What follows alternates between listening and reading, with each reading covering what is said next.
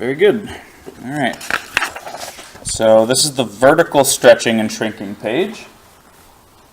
Just to kind of foreshadow the next page, right? This is vertical stretching and shrinking, and the next page will be horizontal stretching and shrinking. And so they kind of do similar things, and they can produce similar looking pictures. And so there's a couple subtle differences that we want to make sure that we understand here. Okay. So there's two things going on here. Sort of like number 1 and number 2, right? You got two rows here. And you can see what we're doing in both these situations is we're multiplying the function by a number. So you can see we have c f of x. So we're taking our original function and we're multiplying it times some number. If that number you're multiplying by is bigger than 1, right? It's like you're taking all the y values and you're multiplying it by something bigger than 1. And so that's going to move up or down every y value. It's going to stretch it vertically. So if the number you multiply by is bigger than 1, it stretches the graph vertically by a factor of c. And if the number that you're multiplying by is between 0 and 1, it shrinks it. And so that's what's being shown in this graph right here. See how we have c greater than 1 and c between 0 and 1? In both these two graphs, our original function is the blue line. And you can see in this one, the blue line gets higher. Right? We stretched it this way in this particular one. And the opposite happens in this one, right? The blue line in this one got shorter. That's because we compressed it, because what we multiplied by was less than 1. Right? Again, just look at the way this looks. C f of x. F of x are all the y values. So you're multiplying all the y values by some number. If that number is bigger than 1, it's going to make them all bigger or more negative, and that's how you get that stretchy action.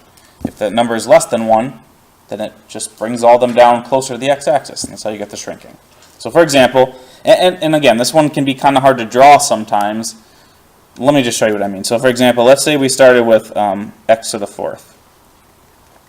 So x to the 4th looks like x squared, right? It does that U kind of shape thing. Again, I'm referencing my first page here, and I just know that's what x to the 4th looks like. If we multiply x to the 4th by a number bigger than 1, like say 2, it takes all those values and it stretches them up by 2. And so 2x to the 4th would look like a stretchier version of x to the 4th. Right, so this is what 2x to the 4th might look like. We just took all the values and multiplied them by 2. And so it increases faster. And notice how all the blue line is inside of the red line, right? It's because we moved up the red line by a factor of 2 on each step. But if we multiplied that function by a number less than 1, like a third, for example, it would take all the red line, all the red dotted lines, and move them down by 1/3. And so that's going to be a shrinking kind of look, right? And so that might look like more like this. It's going to be kind of wider and less steep. So that might be 1/3 x to the 4th. So if we multiply by a number bigger than 1, it stretches it. If we multiply by a number less than 1, it shrinks it. Yes? So,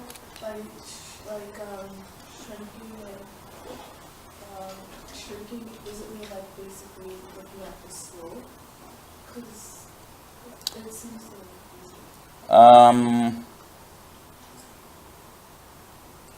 So the question is, does stretching and shrinking, is that looking at the slope? Picture-wise. Certainly most of the time. I'm trying to think if it's all the time or not. Yeah, in some sense. I mean, first of all, we usually only talk about slope with a straight line, right? But if you want to think of slope as how quickly the function is increasing, then yes. If we multiply it by a number bigger than 1, it's going to make the slope increase. Yeah, it's going to make the function increase quicker. And if we multiply by a number less than 1, it's going to make the function increase slower. And so, yeah, it'll decrease the slope or increase it. Yep, that's one way to think about it, yeah. And let's look at another one. Let's look at a perfect example of that again. Are there other questions about this before we look at one? So I'm going to do another comparison here. Let's do fourth root of x. I'm going to do the fourth root, and remember the fourth root, since it's an even root, it looks just like the square root. The only difference is it just increases a little bit slower. See how this one's a little bit steeper than that one is? But when we're just doing a sketch, for all intents and purposes, they look the same, right? So if we're just sketching a fourth root, it looks very similar to the square root. So a fourth root looks like this. Let's multiply that by a number bigger than 1 and less than 1. So if we multiply it by 10, for example, it takes every one of those points and moves it up by a factor of 10. And so it's just like a steeper, higher sloped version, right? So it might look like this instead. That might be what 10 fourth root looks like. And if we multiply by something less than 1, like a fifth or something, it's just going to move all those points down by 1/5, which is going to make it look more flat. So that might be 1/5 fourth root of x. And you can see I'm not fussing with any intercepts on these because the intercepts aren't changing on any of them so far. The intercepts were at 0, 0, and they've stayed at 0, 0 because we didn't shift them at all left or right, so the intercepts stayed the same. And so that's kind of an important, interesting thing, which is that if we stretch or shrink something vertically, it may not change some of the intercepts. We'll see one in a second where it might, but just note that it may not.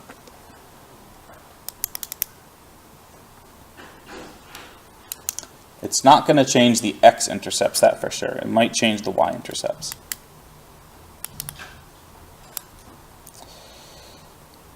Let's look at another kind of sort of simple one. Let's look at the fifth root. So the fifth root looks... Oh, sorry, I got it. For that one, like the first one that we did, Yep. how come that one moved the y? Or are they all starting from 0? This one, yeah, they should all be at 0. I'm trying to not overlap them too much, but they should all be right at 0, 0. Yeah. So it doesn't change the y-intercept because we're multiplying the y values by a number, and since we're multiplying 0 by a number, they all stay 0 on that particular one. If we're going to like, combine a bunch of the transformations together. Yeah. But I remember in school learning an equation that had like the order in which the transformations occurred on one, and I don't know if you know it, you could share it. So we are going to be combining transformations. I'm not familiar with what equation you're talking about. It's like negative a times x plus y, so it just shows, it's the full equation, and then it just has all of the, it's like the order of the transformations. So like you would do the vertical stretching first, and the horizontal stretching, and then I can probably email my old teacher. Yeah, I can try to look for something like that. I'm not super familiar with that. What I did write down last time, which if you missed this last time, what I did mention was one thing is usually it doesn't matter so much the order of which you do these transformations, but sometimes it does, which is what you're pointing out. And what I found generally is that, and I wrote this down on the last page, you usually want to do any reflecting before you do any shifting. Because if you shift something and then reflect it, that's different than reflecting it and then shifting it. And so as, you know, the problems that I've seen and the homework and the ones that I usually assign and things, it expects you to reflect before doing any shifting. And so we're not going to spend like a ton of time on this. We're kind of just going to get the idea in this homework set, and then we're going to use this concept on other functions. We want to use this concept on logarithms, exponentials, and trig functions. That's really kind of what we're laying the groundwork for. And so it's possible maybe you went into it in more depth with non-exponential or trig functions in high school, more so than we are now. I'm not sure, but I can look into that and see if there's something specific. But I will just point out at the very least, if there's a reflection, you should think about doing that first. Yeah. And I'll try to look up and see what you're talking about there. Other questions before we look at another one of these? I wanted to do x to the fifth because it's got negative and positive parts to it. And so when we reflect, when we stretch it vertically, it's maybe not, I don't know, you can see some interesting things happen. So if we have x to the fifth, which again looks just like x cubed, right, except it increases steeper, and since we're just sketching things, like it looks exactly the same essentially. If we multiply this number or this function by something bigger than 1, so let's do like 5x to the fifth, it stretches everything out vertically. And so obviously, maybe the obvious piece is this first part, right? This first part is going to look steeper like this. That might be like 5x to the fifth because it got steeper, right? But the negative version also got steeper. And so the negative version getting steeper looks like this, right? It's not the best drawing, but you get the gist. And what I'm trying to point out is, notice how the function is closer to the y-axis on both pieces. Don't be tempted to stretch it out outside of that red line. It's got to go steeper. And so if it's steeper, that means it's closer to the y-axis. Whereas if we multiply by something less than 1, it would kind of do the opposite. It would be out here for the negative values, and then it would be over here for the positive ones. Right? This is what maybe 1/5 x to the fifth might look like. And so it shrunk down, which made it look wider, but it's a vertical stretch. And I want to compare this to the next page too, because the next page we're going to do horizontal stretching, and this looks a lot like a horizontal stretch to me too. And so you got to be a little bit careful about the slight distinction between the two of them. Let's combine one, though, if there aren't any questions about this. Let's do a combination one. That's really what we want to work towards, is doing multiple transformations in one, right? Questions before we look at one? So let's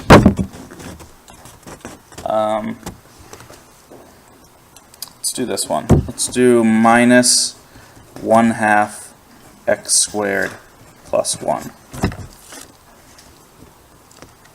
And so I'm going to write down the details of what's going on here, and I don't think there's going to be enough room to write another one. So just be aware that you can write on this part of the page, and we're not going to draw another graph on this page. So there's three things going on here. First of all, we need to know what we're transforming, right? Like, what's the base function is what we call that. Which one of these functions on this page are we transforming in this particular problem? X squared. X squared, right? We've got an x squared, and it's got some things happening to it, but the point is that sort of the main takeaway is we're transforming x squared. Okay? And there's three things going on. We're multiplying by a negative number. It's a number that's less than 1, between 0 and 1, and we're adding something on the outside. And so that's a piece of like each of the last couple pages, right? So what's the minus sign do? That's going to be what kind of flip? Vertically or horizontally? Is it on the outside of the function, or is it multiplying the x inside of it?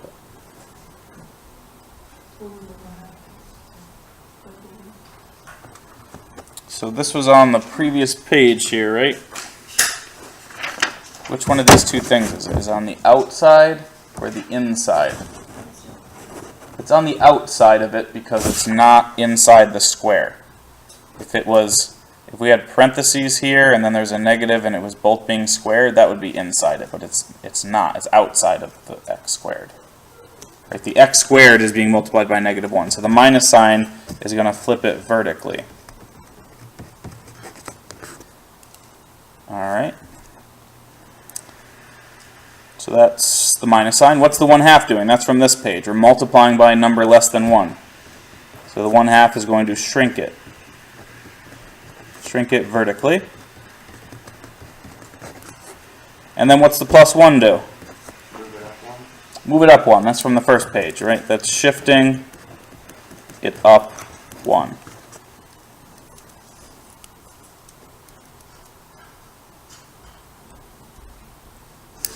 So I might actually draw the original over on this page, on this one, and then I'll draw the transformation on the other one. You can draw them both on this one if you want. Right, so that's what x squared looks like. And so we're going to take this graph on the left, we're going to flip it upside down, move it up 1, and shrink it vertically.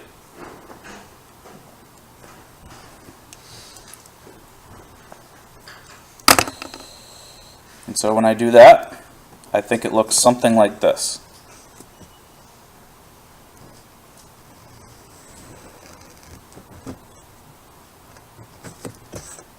So that's going to be my minus 1/2 x squared plus 1. It flipped upside down and moved up 1.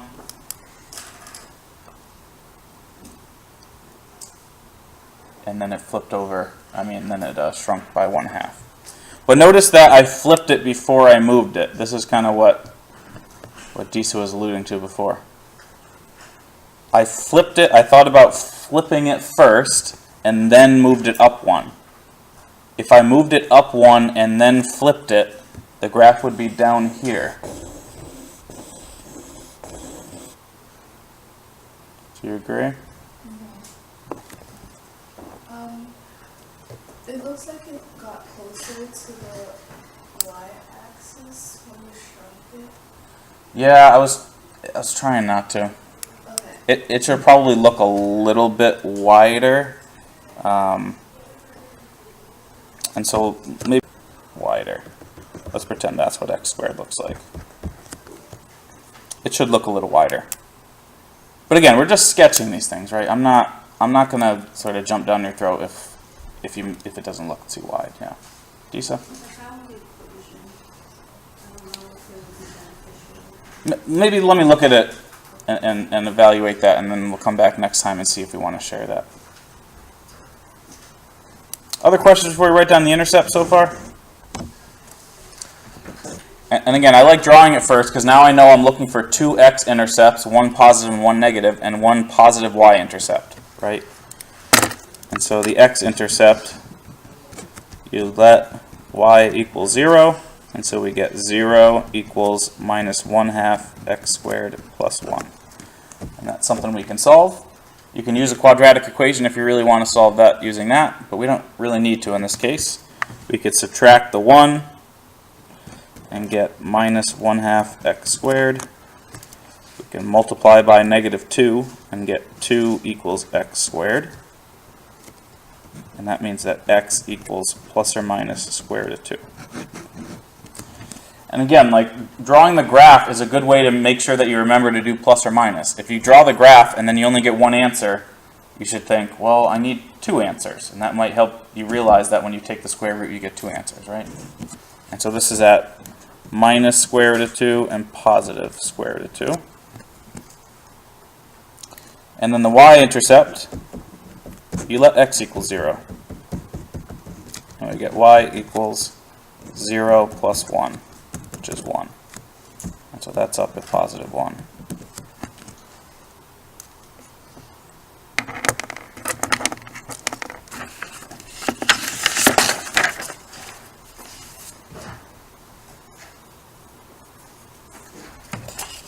Okay.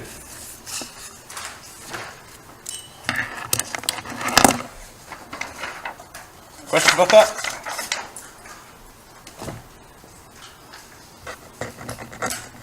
All right, there's one other thing we want to look at, which is horizontal shrinking and stretching. It's very similar to the last page in looks sometimes. Sometimes a vertical or horizontal stretch can look very similar to each other, so just be aware of that. Again, I'm not like grading you on your artistic ability or anything. I just want to see that you get the idea.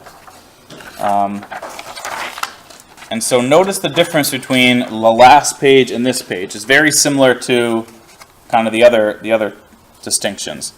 So on the last page, this is the last page, we multiplied by a number outside the function. Right? And in all these examples, the number was clearly being multiplied outside the function. This one, we're multiplying by a number inside of the function. So the x itself, which is in the function, is being multiplied. And if that number, we get the same situation. If that number that's being multiplied is bigger than 1, then it's a shrink in the horizontal direction. And if the number is less than 1, it's a stretch in the horizontal direction.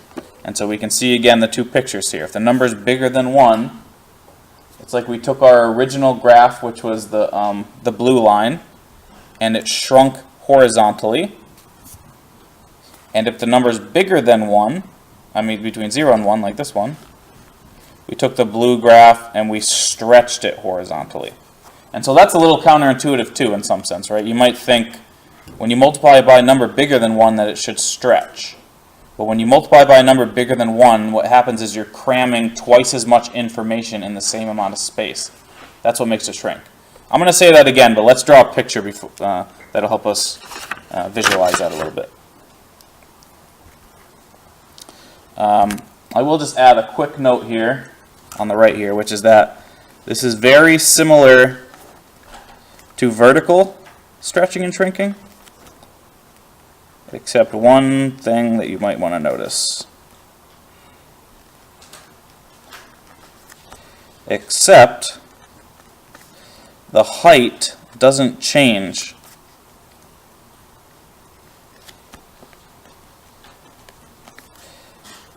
But the x-intercepts do.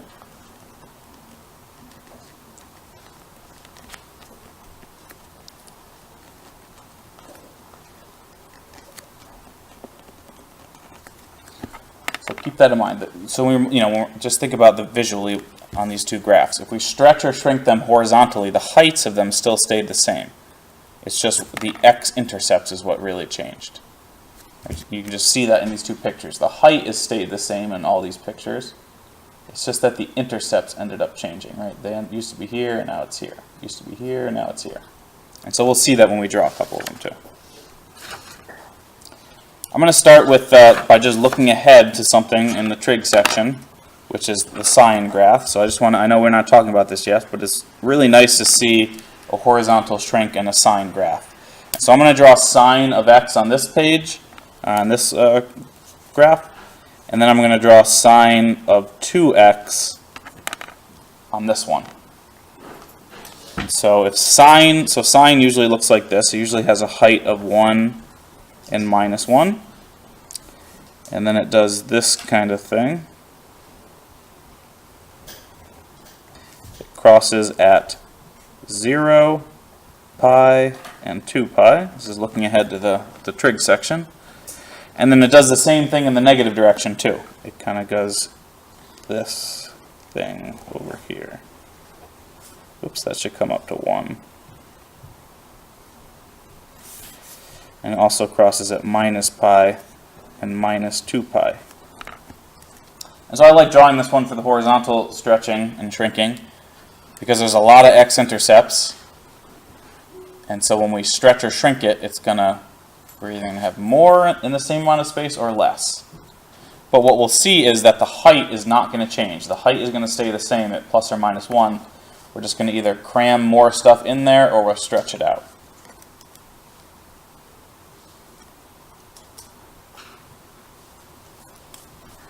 So which type is this, first of all? Sine of 2x, that is. It used to be sine of x, but now there's a 2 inside there instead. And so is it, which one of these situations up here is it? Is it going to be a shrink or a stretch? It's going to be a shrink because we're multiplying by a number bigger than 1, and it's inside the function. You see how it's inside the function? See how the 2 is inside the sine, right? If it was outside, if the 2 was out in front here, it'd be vertical. It'd be a vertical stretch. But because it's inside, that's what makes it horizontal. And think about what's going on here. When you plug x values in, it multiplies that number by 2. And so it takes whatever you wanted to plug in, it takes 2 times that much and plugs it in. And so it's really taking like twice as much information and cramming it into the same amount of space. So if you take twice as much information and cram it into the same amount of space, it's doing this thing. It's compressing it side to side. And so that's what makes it a shrink. And so we're going to have the same graph, except we're going to have twice as many intercepts, but we're still going to have the same heights of 1 and minus 1. All right, so you want to draw that same graph, except have twice as many bumps in it. So I'm going to do it like this. I'm going to have 1, 2. They should all have the same height if you can. And so instead of going through at 0 and 2 pi, we have twice as many, and so we have 1/2 pi, pi, 3/2 pi, and then this would be 2 pi. And so we have twice as much stuff going on, twice as many intercepts. Try to make sure your graph goes to plus or minus 1. I didn't do the best job of that.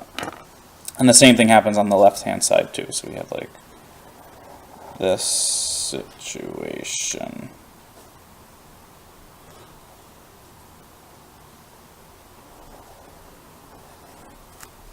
So this would be minus 1/2 pi, minus pi over 2, minus pi, minus 3 pi over 2, minus 2 pi.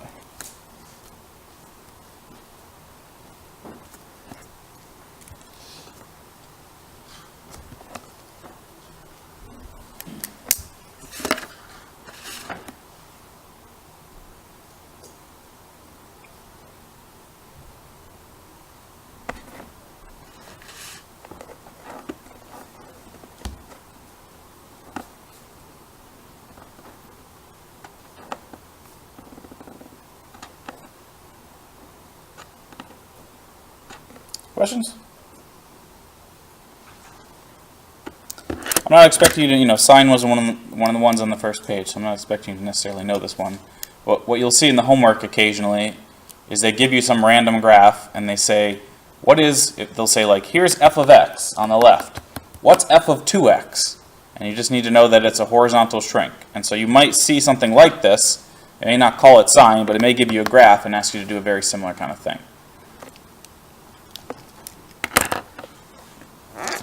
Alright, let's do one more where we combine some stuff here.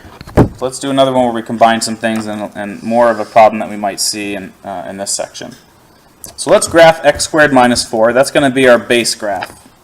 X squared minus 4 as a base graph looks like this. So we took x squared and we moved it down 4, right? Just to be clear. And so that's going to look like a U shape that's moved down 4. And so that's going to be something like this.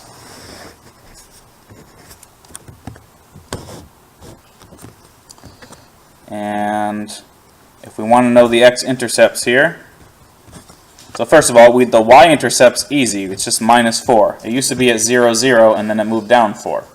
So we don't really need to do any algebra for that.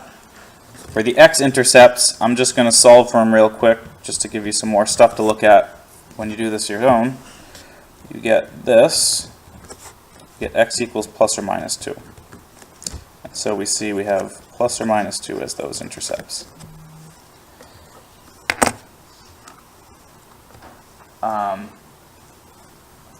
So I want to start with that graph and then transform that graph. So let's start with that one and do a few things to it.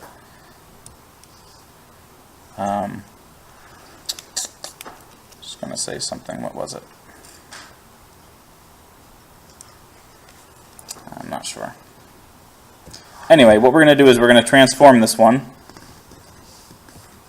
And we're going to do 1/2 x squared minus 4. And then we'll do 2x squared minus 4. And we're going to draw both of those over there.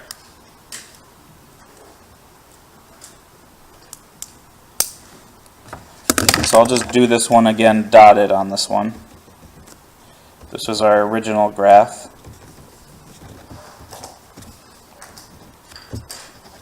This is my x squared minus 4. And so we're doing two things to it. We're multiplying. So first of all, notice how this is inside the function. This is what makes it inside the function, because the 1/2 is multiplying the x, and it's inside of the x squared.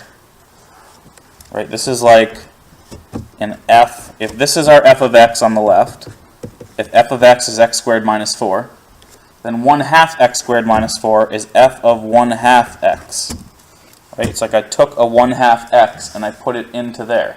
This is a composite type thing. And this would be an f of 2x, right? This would be f of 2x. Again, you can see how they're inside of the x squared. They are also being squared. That's what makes it horizontal and not vertical.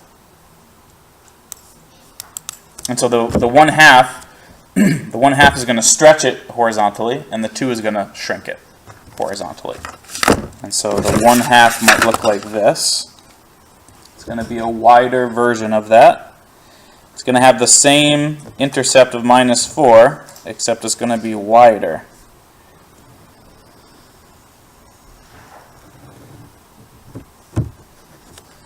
So that's what 1/2 x squared minus 4 might look like.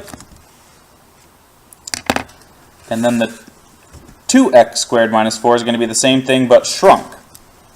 And so it's going to have the same y-intercept, except it's going to be inside there.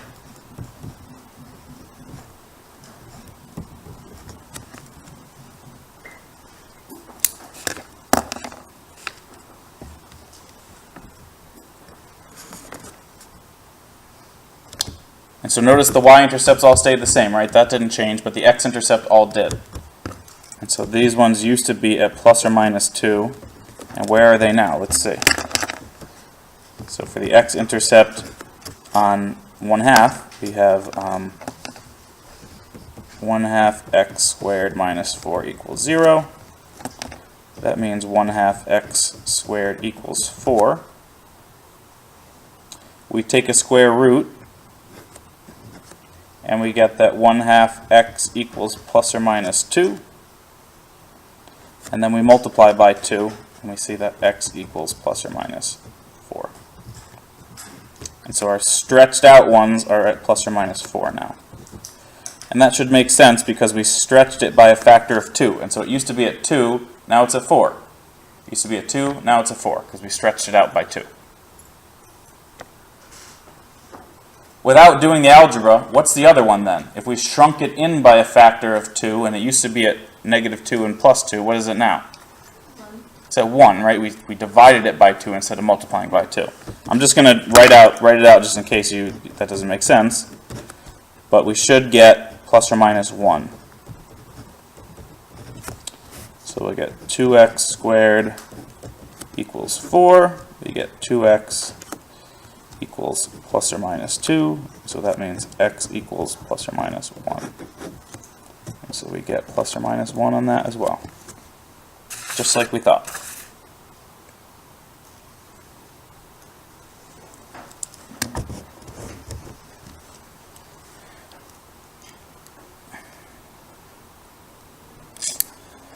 I do want to make one other point here.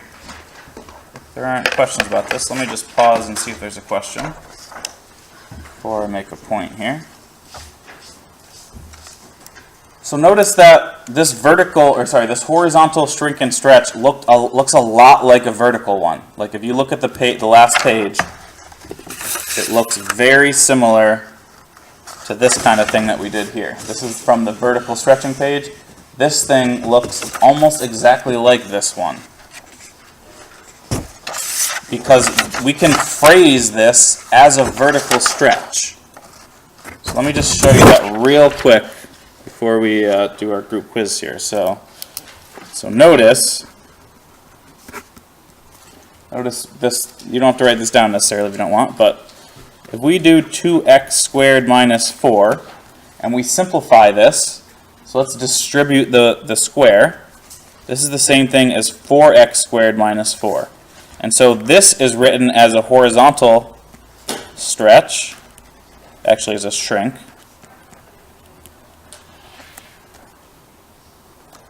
And this is written as a vertical stretch.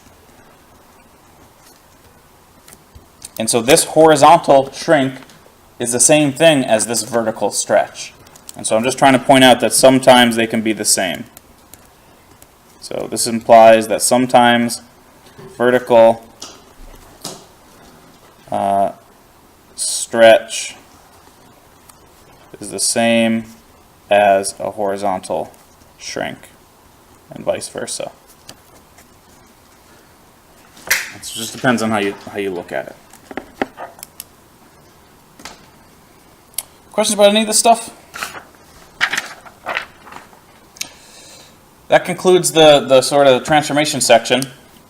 you'll work on this stuff in the homework. Let me just remind you, when you're doing the homework, guys, there are multiple choice questions because I can't ask you to draw something on the computer. I'm going to ask you to draw it just like we've been doing these on the quizzes and tests. It's going to be just like this. So when you're doing the homework problems, please be drawing some pictures. You're just going to be wasting your time otherwise. The point of homework is to practice this stuff. If you're just kind of looking and guessing and clicking multiple choice questions, you're not getting the practice. Like you're missing the point. The point's not to get 100 on the homework. The point is to practice on the homework so you can get 100 on the quizzes and the tests. That's what's really most important. So please draw some pictures. Draw some pictures. Okay.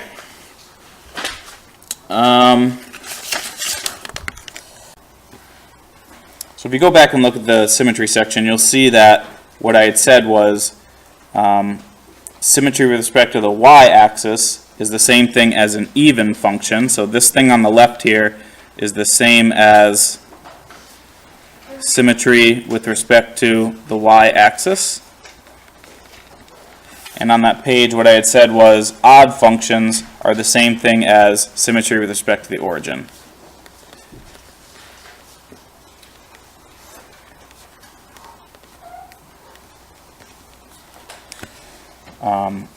And you can see that in the definition here, right? This is the definition of what it means to be symmetric with respect to the y-axis. So we say a function is even if when you plug in a negative x, the function stays the same. Right? That's the definition of what y-axis symmetry is. And we say the function's odd if you plug in a negative x and everything switches around. That means that the function's the same as the origin. And so in some ways, the other way to write this is that minus f of minus x is the same as the function. This is how we thought about it in the symmetry section. We thought about when you plug in a negative y and a negative x, the function stays the same. And so that's rephrasing it in a different way, but it means the same thing. And so let's just look at a couple of them. And do you remember what was a general rule of thumb for these things? I wrote down something on that page that was like, usually even functions have blank, and usually odd functions have blank. Do you guys remember that at all? It's kind of in the word. Right? What do you think even functions usually have as powers? Generalize that. 2 is an even function, but because it's an even number, yeah. Sorry, x squared I mean. So usually even functions have even powers. If there's powers at all, right? So like absolute value is an even function, but it doesn't have any powers, or has a power of 1. So it's not all the time, but usually even functions have even powers, and usually odd functions have odd powers. So be aware of that for the homework. But the way you test for it is what you do, what says right in this box. If we want to see if a function's even, we plug in a negative x and see if it stays the same. Right? And then if we plug in a negative x and everything switches, that's what this one says, and that means it's an odd function. So for example, let's just do a quick, I'm going to draw two simple examples here. Let's say we have f of x equals x squared. What type of function is that? It's even. It's got a square, it's got an even power. And if we look at the graph, we already know what x squared looks like. X squared looks like this, right? And so we can just visually see that it has even properties because it's symmetric with respect to the y-axis. And moreover, we can use this property just to check, right? If we plug in a negative x, we get negative x squared.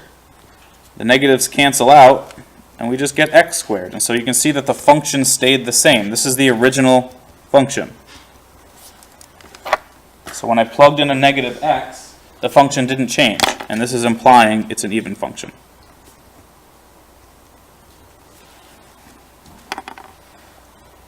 And again, visually we can see it because it's symmetric with respect to the y-axis, but look at this.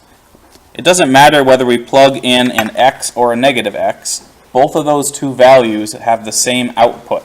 That's what that formula is telling us. Both of those things end up being the exact same height, showing us that it doesn't matter whether we plug in an x or a negative x, you get the same output. That's what this formula is telling us right here. Questions about that? So let's look at a real simple odd function then. What about f of x equals x to the fifth? Right, it's got odd powers. And so that's a good indication it's an odd function. If we look at what x to the fifth looks like, it looks like it's symmetric with respect to the origin. Right, that's what x to the fifth looks like. And we can test use the box at the top and just test it. If we plug in a negative x, we end up with the opposite of what we started with. And by opposite, I mean all the signs are switched. Right, we'll get a minus x to the fifth.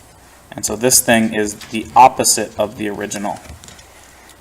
Like we started with x to the fifth, and we ended up with minus x to the fifth. And so this is an indication that it's odd. Right, and we can verify that visually.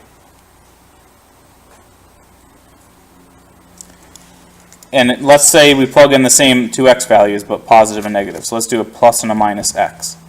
If we plug in the positive x, we end up with some y value. And if we plug in the negative x, we end up with the same y value, except it's negative. That's what that formula says.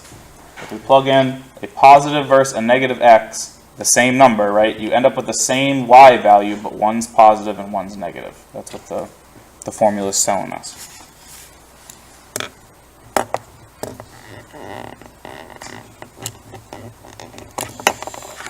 Questions about this before I just ask you to think about one? Does this make sense, this idea? So, if you want to check, you just plug in a negative x and see whether or not the signs change. So I'm gonna write down one on the left side of the page here and ask you to think about one. So think about this one real quick. Oftentimes you can kind of just look at it and tell. Just imagine plugging in a negative x. So what about this one? It's kind of a combination. The ones we just tried were super simple. This one's slightly more complicated.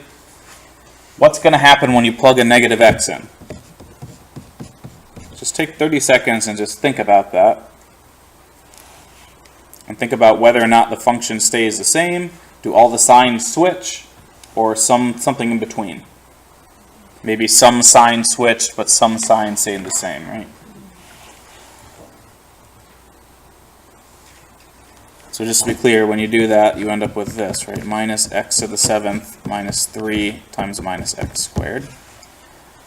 And sort of what's the takeaway here? What happens?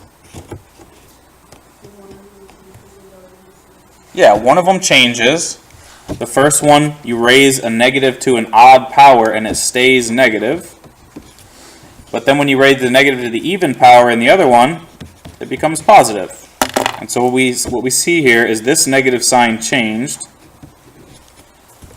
which implies odd, but this negative sign stayed the same. And so we had a little of both in that one. It didn't completely stay the same, it didn't completely switch all the signs, and so this is neither. It's neither even nor odd. And so in other words, that one just doesn't have symmetry with respect to anything. If we graph that one, it's not going to be symmetric. It's going to be all over the place.